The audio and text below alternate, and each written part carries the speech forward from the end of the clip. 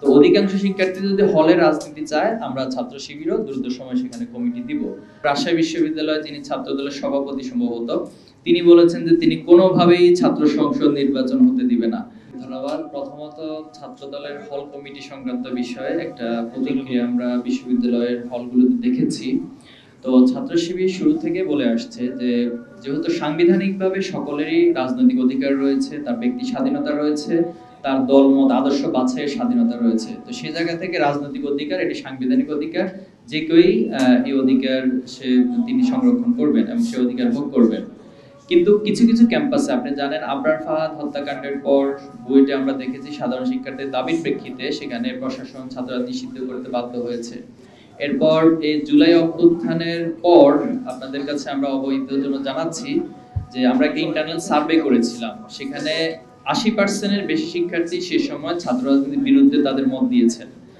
এখন প্রশ্ন হলো যে এই ছাত্র রাজনীতির প্রতি এই ভয় আতঙ্কটা কেন তৈরি হয়েছে? যেহেতু আপনারা জানেন গত 15 বছর ফ্যাসিবাদ কায়েম থাকার কারণে তারা ক্যাম্পাসগুলোতে ছাত্র রাজনীতির নামে যে অপরাজনীতি এবং আধিপত্য বিরাজ এবং এক ধরনের জুলুমতন্ত্র কায়েম করেছিল, তো সেই ভীতি এবং ট্রমা শিক্ষার্থীদের মাঝ থেকে এখনো যায়নি। আমরা শিক্ষার্থীদের এই চাওয়াটাকে অসম্মান করতে চাই না, বরং তাদের প্রতি সম্মান রেখেই তাদের মাঝে যেন ছাত্র রাজনীতির ভীতি দূর হয় সেজন্য ছাত্র শিবির কাজ করে যাচ্ছে। সেক্ষেত্রে বিশ্ববিদ্যালয় প্রশাসনের কাছে বেশ কিছু দাবি আমরা উত্থাপন করেছি। আমরা বলেছি যে শিক্ষার্থীদের কাছ থেকে মতামত নেওয়া যেতে পারে, সেটা এখন অনেক ধরনের প্রসেস আছে, গণভোট হতে পারে অথবা তাদের কাছে ইমেলের মাধ্যমে তাদের মতামত জানা যেতে পারে। তো অধিকাংশ শিক্ষার্থী যদি হলে রাজনীতি চায়, আমরা ছাত্র শিবিরও দ্রুত সময় সেখানে কমিটি দিব। আর তার আগ পর্যন্ত শিক্ষার্থীদের মতামত যাচাইয়ের জন্য আমরা বিশ্ববিদ্যালয় প্রশাসন সহ সংশ্লিষ্টদের কাছে আহ্বান জানাচ্ছি। দ্বিতীয় যে বিষয়টা বলেছেন যে ছাত্র সংঘ নির্বাচনের ক্ষেত্রে আমাদের আশঙ্কা আছে কিনা, আমরা 5 আগস্টের পরে বারবার বলে আসছি যেহেতু দলীয় লেজুর ভিত্তি রাজনীতির দীর্ঘদিনের ইতিহাস বাংলাদেশের ক্যাম্পাসগুলোতে আছে এবং মূলত এই লেজুর ভিত্তি রাজনীতিকে প্রমোট করার উদ্দেশ্যে ছাত্র সংঘ নির্বাচনগুলো বন্ধ রাখা হয়েছে।